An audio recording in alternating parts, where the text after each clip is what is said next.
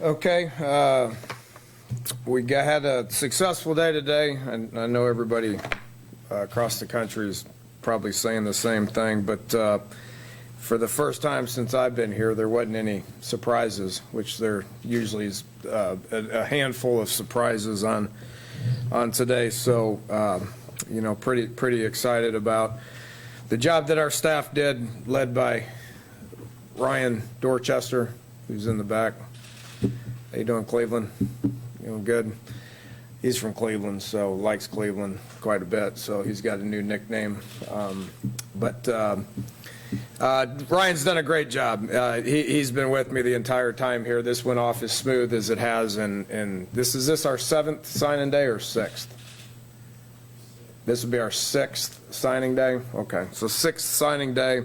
Went off as smooth as it's been since I've been here. So very, very proud of Ryan and the job that he's done. Casey Smithson, recruiting coordinator, obviously had a big hand in this as well. And then the 9 full-time coaches, obviously 7 of them been here for quite a while doing this, and the 2 new guys hit the ground running for the month of January and were a big help as well. So. The staff did a great job. I also want to commend our players. The one thing about recruiting in y'all's world that you probably don't get to see or hear from the recruits is the job that our players do on campus. And when we bring all these guys here, our players play a big role in helping recruit these guys. 2 weekends ago was the 30 inches of snow that we were in this building for.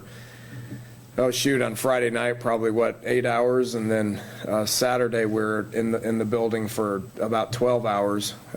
Really couldn't go anywhere else. Oliveria's opened up their place on Saturday night, and we got to go over there to eat. But a lot of them were sitting in here watching Mountaineer basketball or eating pizza or something. But our players were around the guys the whole time, and we got every one of those recruits that were in on that weekend.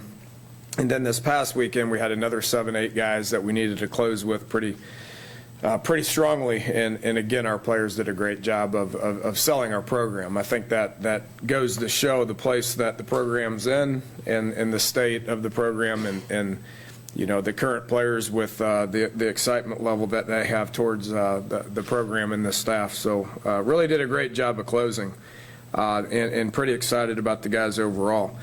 18 of the guys signed today. There's nine guys that are currently enrolled. I wish those guys, those 9, were able to have their own little signing day, but the way that the signing periods are laid out, they don't get an early signing period. What makes the most sense to me is to when the midterm junior college guys sign, which would have been somewhere around December 18th, December 17th, somewhere in there. I think it's the third Wednesday in December. I wish they'd make that early signing period for high school guys. So, at that point they're going to know where they're at. They're going to know where they're going. So those 9 could have signed, and then you could open it up to guys that have been committed for well over a year and a half, 2 years. I mean, they know where they're going too. So I wish those guys would have been able to sign in December and would have saved them a lot of hassle and saved us some money. But that's neither here nor there. I don't make those decisions. The NCAA and the administrators do. But there's 9 guys currently on campus in school, which you guys know who those guys are. They're all doing well, adjusting. We really haven't been around them too much. They've been in the academic world and the strength and conditioning world. We will start our off-season training on Monday, which will be around all the guys for about 5 weeks. New guys, old guys, whatever guys we got, we'll be around those guys for about 5 weeks prior to spring ball starting, and that's when we'll kind of get a better feel for how those guys are doing. But in the meantime, those other 18 guys signed today. I think top to bottom, we filled a lot of needs. Offensively, the biggest thing that we had to replace Wendell. We got to replace Cody Clay. We got to replace Marquise Lucas, and we got to replace Jordan Thompson. Those are the 4 contributors that we lost. Other than that, everybody's back, and we got some good quality kids coming back that are going to take a shot at being able to fill those roles. But if you look at Justin Crawford from Northwest Mississippi, he's got a lot of Wendell qualities from a versatility point of view. He can he's got great vision, can hit the hole quick, can make people miss, and is a good receiver as well. Steven Smothers, who signed today, has got a lot of start-stop qualities. He's a bigger version of even Tavon coming out of high school. There's been a lot of comparisons and a lot of similarities between the two. They've known each other for a long, long time, and Tavon's a big reason why Steven came here. But he's got a lot of start-stop qualities. He's fantastic returner, but we got a need for a guy like that right now. Trayvon Wesco, tight end from Lackawanna Junior College, will give us a bigger body to where we can continue to do some of the 11 personnel stuff that we've done. And Craig Smith, big tackle from Tyler, Texas, who's originally out of Miami, Palm Beach. You get guys like that are pretty seasoned guys that could fill some of those roles on offense. A lot more holes on defense. Clearly when we lose as many of the older guys that we lost, you got to fill those with and D-line we didn't lose a whole lot, so we didn't have to go out and get a whole bunch of it. Linebackers, we got a lot of experienced guys coming back. You lose 5, but you still got guys that have experience that are coming back. But we loaded up on 4 quality high school guys at that spot. Obviously the one this morning, Brendan Ferns, was a big one for us. He's a little bit of a legacy kid, but had lots of options. Could have went virtually anywhere that he wanted to, and chose to come spend the next 4 years with his brother and with the Mountaineer family. Secondary is probably the biggest need on defense. You lose KJ, you lose Carl, you lose Darryl, you lose Chestnut. We had a lot of young guys that are in the program that, we've been down the road of having to play freshmen in the Big 12, and it didn't work out very good. So that's probably where we attack the junior colleges more than anything. I'd say headlined by Kaiser White. Very familiar with him. He's very familiar with us. Don't have to go into that. But with that said, he could have went anywhere in the country. He's 6'2", he's 210 pounds, he's a fierce hitter, he can cover ground, he's always around the ball. He'll have a pretty good opportunity to step in for what KJ's done for us the last 4 years.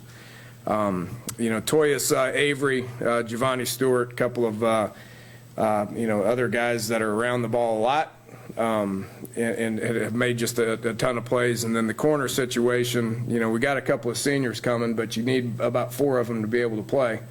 You look in the dang bowl game, we're out there with our 4th and 5th and 6th corner a lot. So you need a bunch of people there that can play. You got some guys coming back that have experience, but to add 2 junior college guys, and Mike Daniel and Elijah Battle is gonna be good for us. So all those junior college guys should be here around May 16th. We'll be able to work with them all summer. The high school guys will be later than that. They'll be more June 9th, even potentially into July a little bit. But overall, really a good day. Got a lot of the things that we need. Got them from 12 different states. I think's important to point out. That and it's a lot of regional guys. Probably more regional than we've been in quite some time. With 7 from Ohio, 4 from Pennsylvania, 3 from Maryland, 2 from West Virginia, 1 from New York, and then a couple down south as well. But that's more regional than we've been in quite some time. So I think that's another good thing to point out as well. So overall excited about it. Thought the staff's done a great job. So we'll take some questions from here. Dana, how much, we like to evaluate, how much can you tell on paper on signing day, or is it just an educated guess when you do it too? It's still a very educated guess. It's still a very educated guess for us. I mean, it's you get the questions, Coach. Who's your top 2 guys? That's just so hard to answer because you're gonna probably set the kid up for failure because you're gonna be wrong when you do that. we know what our needs are, and we're going to try to address those needs with specific recruits, either by volume or junior college. That doesn't mean guys on your team aren't ready to step up into those roles, but if those guys step up into those roles, then you need to add more people for depth. So our depth's been good. Coach Dorchester's done a fantastic job of as the roster guy, the player personnel guy, to getting depth where it needs to be. And I'm happy with where we're at this point. So we got room to maybe add a couple more if we identify a couple of guys out there that can help. But we may have to lose a guy or two in order to add the amount of numbers that we have to be able to add. So that just tells you you're in a good spot. You can only go to 85. So it's a guess, and you just try to get as many depths and as many bodies stacked on top of each other and let them compete their tail off. Competition within your group is what makes you better. I think we're at that place. You mentioned Brendan and then Kaiser. What's the most difficult part about recruiting a legacy? Because they have expectations about the school because of what somebody else in their family did. Well, yeah, expectations are fine. You're around them a bunch. You get to know them, pretty well. I think you take for granted that they have options. And we did not take for granted that either one of these two kids had options to go wherever they wanted. We recruited those two guys as harder than anybody that we signed. But the truth of the matter is those guys had a lot of good opportunities and options elsewhere. We battled and we recruited hard, and we were fortunate to be able to get both those guys. I think probably the most difficult thing is just you're around them so much, you know them so well. You may take for granted the fact that you know them so well and you don't recruit them as hard as you need to. But I don't think that happened with either one. Did your needs change when Worley and Wendell decided to go to the NFL? So did you have to change your objection? It did. It did, because we're counting on those two guys to come back and play a big role for us. They've played a lot. They've been 3-year starters for us, and we've got a lot out of those guys. I wish they'd changed that rule. The way I look at it, nobody gives a crap what I think about it, but I wish they'd change it to where those guys have to finish what they started, which the degree aspect of it is the most important thing. If a guy gets his degree and he starts for 3 years and he's got a year of eligibility remaining, congratulations, son. You accomplished what you wanted to accomplish when you signed here and came to school here. If a guy exhausts his eligibility and he hasn't graduated yet, and that's just not what he wants to do, he'd rather go be a professional, then fine. I think that's the point where they can go do that. Like I said, nobody cares what I think, but that's what I think should have happened with those guys. But nonetheless, I support them and, follow them and wish them all the best, and hope things work out great. So we had to go out and find another back.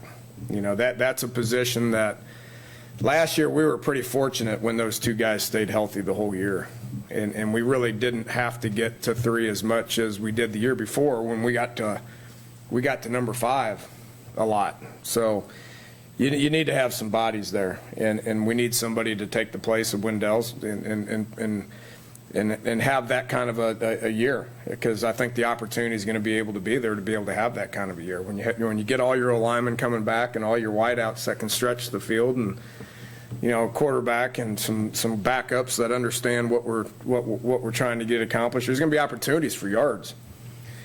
And Russell Shell, I think, is going to step into a role and be able to carry the ball more. But by signing Crawford, that puts us in a pretty good place right there. And then corners the same way. We were probably we were targeting one junior college one, and then when Darryl left, we had to target another one. You don't want to line up with freshmen.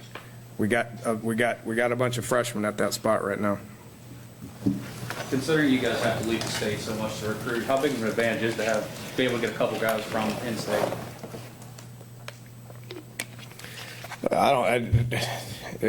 You just contradicted yourself there.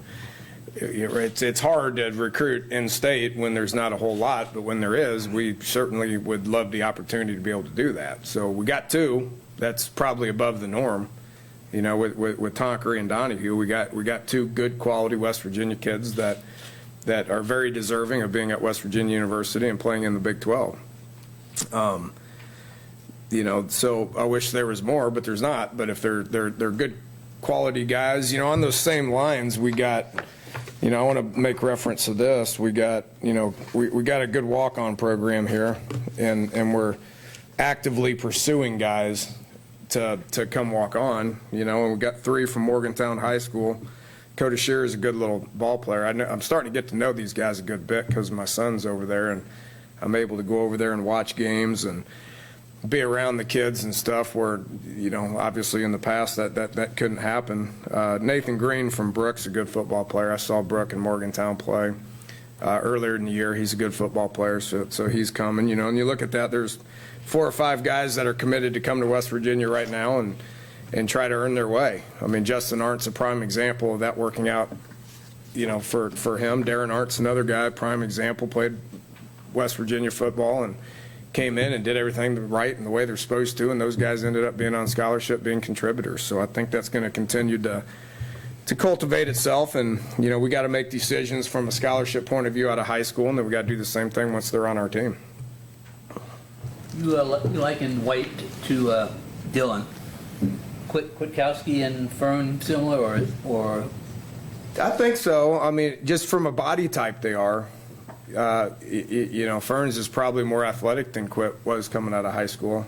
You know, I mean, he's pretty athletic. I mean, Quit was turns it into just an unbelievably solid, tough-nosed, badass football player is what he turned into. You know, Fern and I when I got here, Quit was committed. You know, and so I didn't study it as much as I have Ferns. Ferns is athletic now. I mean, that guy plays everything. He plays offense, defense, throws it, catches it, runs it, tackles people. I mean, that's impressive, but the body type's very similar. And Kaiser is bigger than KJ. When KJ was starting as a freshman, this kid was 170 pounds. You know, turned into a 6'1", 210-pound guy that you currently see, but Kaiser right now is 6'1", 210 pounds. Maybe even bigger than that. But, you know, he's game ready now, where KJ over the course of a couple of years got there. Javon Wesco and his experience as a receiver, is he somebody you could target downfield a little more than your current tight end? Not at 280. That guy's huge right now. He's big. But he hadn't played. You know, he didn't play this past year, so he's gotten bigger. He's athletic.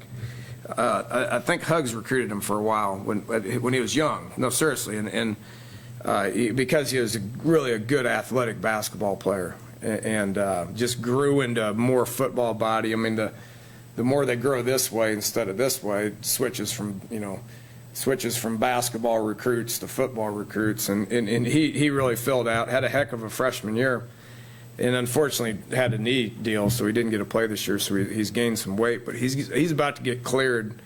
By the time August rolls around, I'm probably thinking you're going to be looking at a 6'5", 250-pound athletic kid that can move. You know, everybody always says you don't throw to the tight end. Well, watch Cody Clay run a dang corner out. You wouldn't throw it to him either.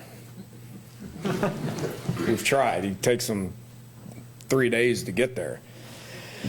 But the closer you get to the goal line, the shorter that route is, and we threw that thing to Cody. So we'd love to be able to keep the tight end in there and do some things downfield. I've studied what the Carolina Panthers are doing right now, and although we don't have Superman at quarterback, that tight end does a lot of good things. He's really a good player. I'd love to have a guy that can do stuff like that, but it's a tough thing to go find. You mentioned Crawford. You also signed 2 other high school running backs. What do you think of McCoy and Petaway? McCoy's here now. He's a taller. He's probably 6 foot, 200 pounds, 6'1", 200. You think? Probably 6'1", 200. I don't trust anything Montero puts together right here. I don't know where you find all this stuff. It's probably 100% accurate. Says 6'2", 195. I'd say he's probably 6'2", 195. But he's longer. He's very versatile. I mean, you can do a lot of different things with him. He's got some Wendell qualities, just as far as being able to run and catch and do some different things. Got good shake, which is good. Petaway's he's a shorter, more shiftier front line guy. So they're both, I think, and they're both good football players. I think we'll probably end up needing both of them. What are your thoughts on the way the cornerback situation is going to shape up this year with the two JUCO guys coming in? Hopefully a lot of competition. We got, right now we're in good shape with Rasul Douglas looks great. I mean, the longer the season went on, the better he played. I anticipate him being a guy. Antonio Crawford gaining eligibility is good of a corner as I've seen. I mean, he's good. Kid can play. So you got a couple of guys. Nana Kyram, has been here for a long time now, knows what to do, is good. But then after that, you're just looking at a whole bunch of young kids. And again, maybe I'm not saying any of these freshmen can't come in and play. Jake Long can run. The Mahone kid can really strike you. But the two corners, those guys need to come in and compete. So that just gives you depth, and it gives you, guys on top of each other. In the Big 12, you're going to have to go through some corners. I mean, we averaged 4 to 5 corners playing, whether it's, every down or just a series here or a series there, and then on special teams as well. Do you guys have an idea where you want the 4 linebackers to play right now, or are you just going to wait till they get here and figure it out? Yeah, I mean, you really don't. I mean, Timmons right now looks like a middle linebacker. Sandwich looks like a Sam. Hensley looks like a Will. Ferns looks like anything. It doesn't matter. Give you a look at those guys, and he'll evaluate them. And you want a bigger, thicker guy at Sam, and a shiftier, smaller, faster guy at Will, and a Mike just to plug things up. But you can move those guys around. Quip played both a lot. Najee Good, when he was here, he played all 3, damn near every game. So you can move those guys around. What do you think of Cody Saunders? Athletic, 6'2", 205, weighs more, is bigger than when you look at him, he doesn't look 6'2", 205, but he is. He's got a live arm. He's nervous as hell right now, as all freshmen are. Doesn't know anything. Haven't had any time to work with him. He's got good athleticism. He's bright-eyed. He's happy to be here. It's funny. We height and weight all of our quarterbacks, and they're all right there at about 205, 210. So they're all pretty athletic. Most of them. Well, most of them are guys that are true dual threat guys. Chugs probably isn't going to run away from anybody, but has got the livest arm of all of them. So it's going to be fun. We've got 5 healthy, competitive bodies that, we'll work with them and coach them and film work them and let them develop and get out there and let them play. It'll be interesting to see how it plays out.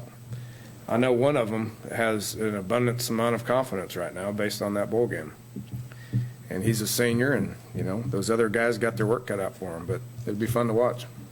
And are you going into camp with Sills as a wide receiver or quarterback? Press situation to it. Yeah, they're all 5 at quarterback right now. I got Howard, Kress, Sills, Chugs, and Saunders right now, and then you got Hensley back there as well.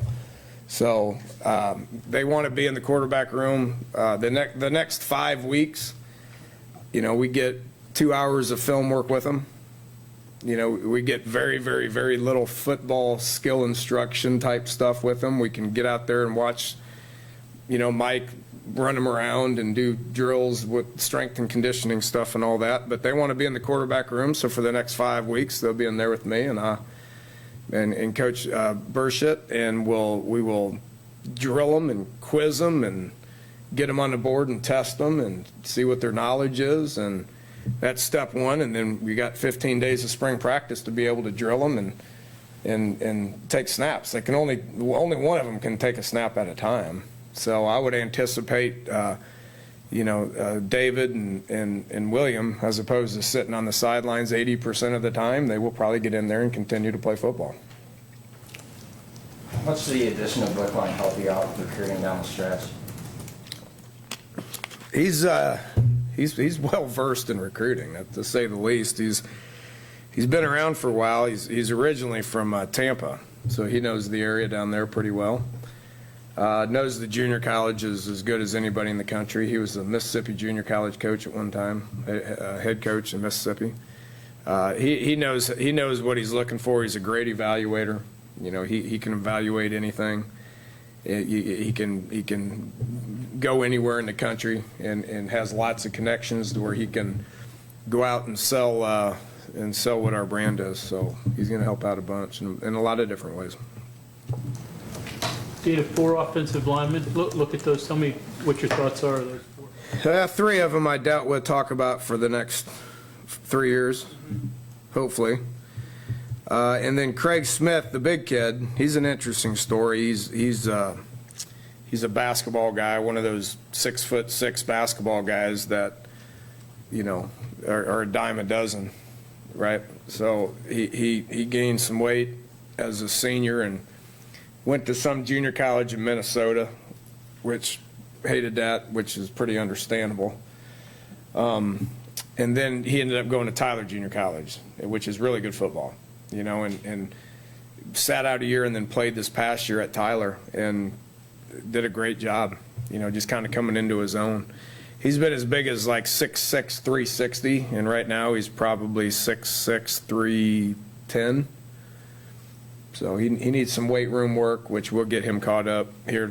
Hopefully he'll get some stuff done at home, and then May, June, July, get some strength to him, have a chance to be able to compete. Need a tackle. Got some options. Any thoughts on how you're going to use maybe John Young this year with O'Toole gone? Competition, you know, Josh has got to get back to being the All-American guy we know he can be. You know, John Young went out to Vegas and won the national punting contest here a couple weeks ago. He's got a big leg, so he says he's striking the ball as well as he ever has. He can kick off, you know, and then we got a couple candidates on campus right now, and Billy Kenny and Mike Molina, that they want to have something to say about that as well. So, you know, we got 4 good legs, which, you know, you need that many over the course of the season, but just have a lot of competition. You know, Coach Scott will chart all that stuff this spring and in camp, and we'll make decisions on who we feel like the best one is for all 3 of those spots. Two of the 3 are open. You know, but we got to get Josh back to where he was. You know, he made some good kicks this year, not taking anything. He had a tough year. He overcame a whole lot of things this year, so he's got to get back to being that guy. You know, that's a Lou Gross All-American kind of guy. Okay. Thanks, Coach. All right, thank you all.